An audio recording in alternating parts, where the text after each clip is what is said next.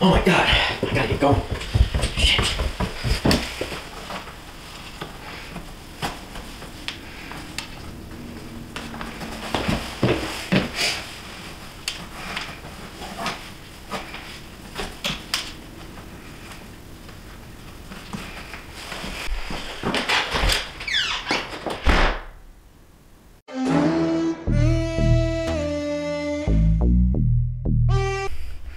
Good morning, ladies and gents. So you know what time of year it is.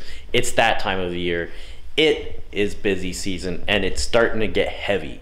We're starting to get super busy. You're starting to wonder, am I going to be able to stick to my New Year's resolution of finally making sure that I take care of myself, take care of my own personal fitness, my personal health during busy season? Well, I'm here to provide you some advice based on my personal experience through multiple busy seasons. So I've been through multiple busy seasons and I can tell you that you can get it done.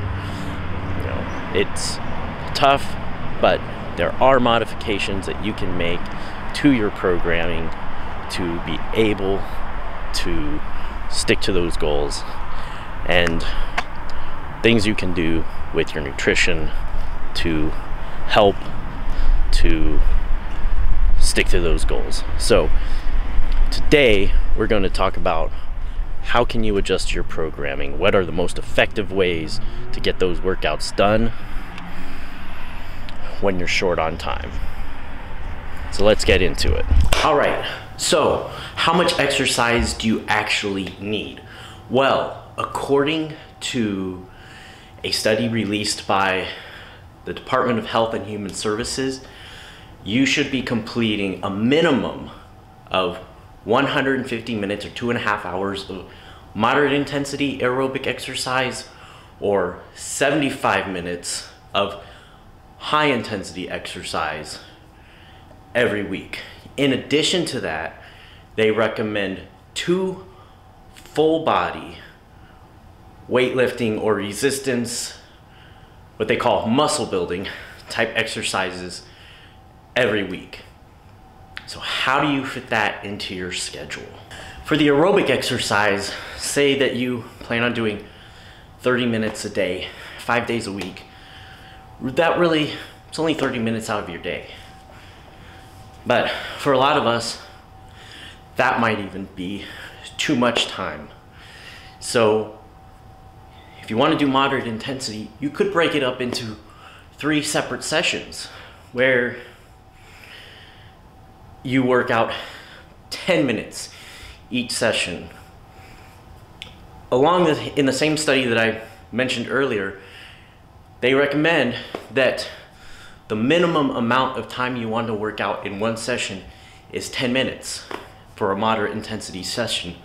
So theoretically, if you take a very brisk walking at a relatively high pace after each meal, you could get in that 30 minutes of moderate intensity exercise.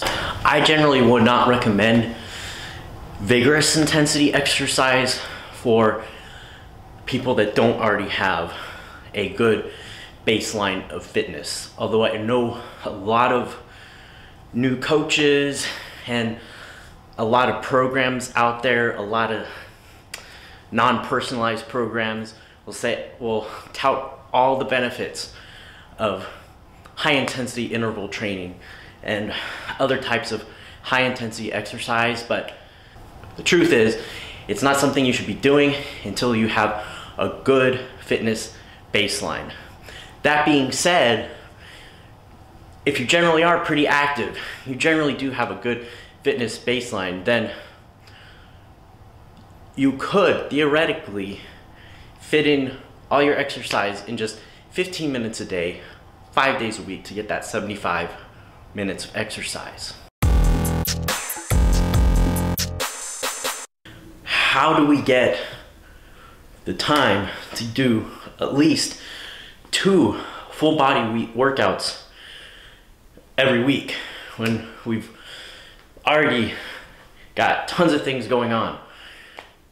Well, there are really 3 options, and the third option is probably the best for you right now, but let's go through them real quick.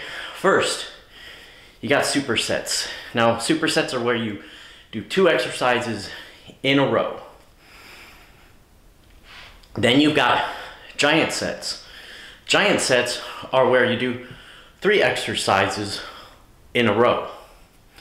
Then finally, you've got circuit training. Circuit training usually consists of about 5 to 7 exercises stacked one-on-one. You don't rest until the last one. So with supersets, there are really 3 ways you can put these together. You can either work the same muscle group twice in a row without doing breaks. That is generally my least favorite way of doing it. The second way of doing a superset is to do opposite muscle groups. This is one of the ways that I more often use supersets because it allows you to work 2 muscle groups in a shorter period of time, and you rest after both exercises. Generally, you're going to be able to cut between 10 to 20 minutes off of a workout by incorporating supersets. The third option for supersets is totally different muscle groups, and I use this a lot too because it leaves you some time to let that one muscle group completely rest. If you're doing opposite muscle groups, there's still some stabilizer muscles in each of the opposing moves. Sometimes this helps you, say like doing a pull-up or a lateral pull-down prior to a bench press. You can actually improve your power on the bench press first by doing that. But other times, I want to be able to completely rest my body. Say, I like to pair squats and overhead press using dumbbells for the overhead press and the barbell for the squats. So that is how you can incorporate supersets. So then you got your giant sets. Giant sets, you're going to be doing 3 moves before you take a rest. So in these types of situations, you might even think of it as like a mini circuit. My preferable way of doing a giant set is generally to pair 3 exercises where I go basically a superset of opposing muscles and then a completely unrelated muscle group. So say I do pull downs, bench press, and then goblet squat. Totally different muscle groups, and that's going to help me to get through my workout about another 10 minutes quicker than doing supersets alone. Preferably, I like supersets because it takes less time to prepare for each set, but giant sets, if you want to prepare 3 different stations, it's going to get you out of the gym just a little bit faster. All right, so then circuit training. Now, the thing I love about circuit training is you can incorporate 5 to 7 exercises all in a row, and you can, depending on your current level of fitness, you can get your workout done in anywhere from 20 to 45 minutes. It all depends on really what your current level is, how many exercises you incorporate, and what your goals are. So to break it down, you have, let's say you're doing 5 exercises. I usually will put these together in such a way as the first 3 are pretty similar to the way I like to do giant sets, with opposing muscles for the first 2, then a totally opposite muscle for the last one. Then the last 2 exercises will again be either opposing or opposite. And what I love about circuit training is that you can really keep your heart rate up, and if you want to, you can really turn it into an aerobic type session. So you're getting both your muscle building and your aerobics done in one session. So this is great if you're limited on time because you don't have to create extra sessions. So let's say you do a 45-minute circuit training session, and after every set of 5 exercises, you rest for 2 minutes. You know, it takes you about 10 minutes to complete all 5 exercises, and maybe for the last exercise or last 2 exercises, you don't use weight, you use some sort of a plyometric type movement, which is like a jump move it, or you do some sort of step up, something that gets your heart rate going even more than a normal heavy lift. So I like to keep my reps a little bit higher with circuit training, but you can definitely go into the 5 rep range if you're working on power. So you do for this, you would do 5 rep range for, say, your first exercise, and then you would do a higher rep range as you progress through the rest of your exercises.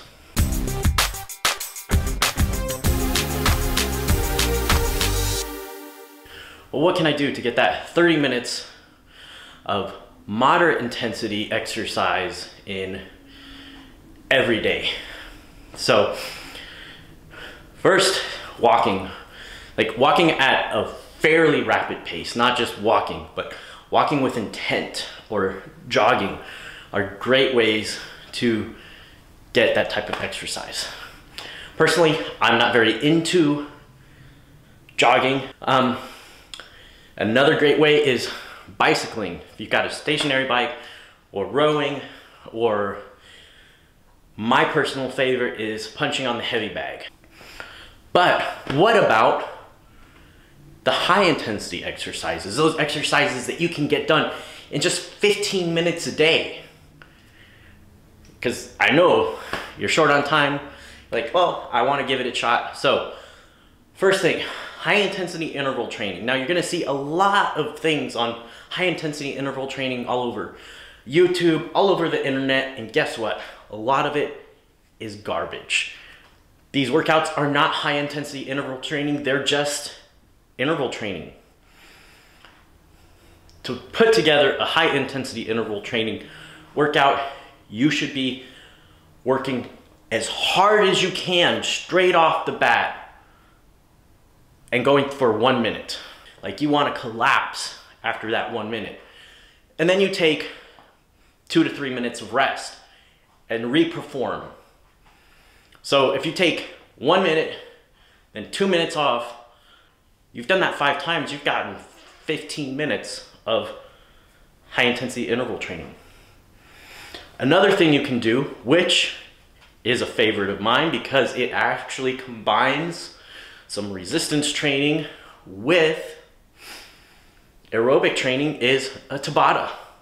You can get a Tabata done in 15 to 20 minutes, and the premise is you go full out with your exercise, which could be a number of exercises. It could be jump rope, it could be jumping jacks, it could be, cleans, it could be goblet squats, it could be a whole lot of different things. But you go all out for 20 to 30 seconds.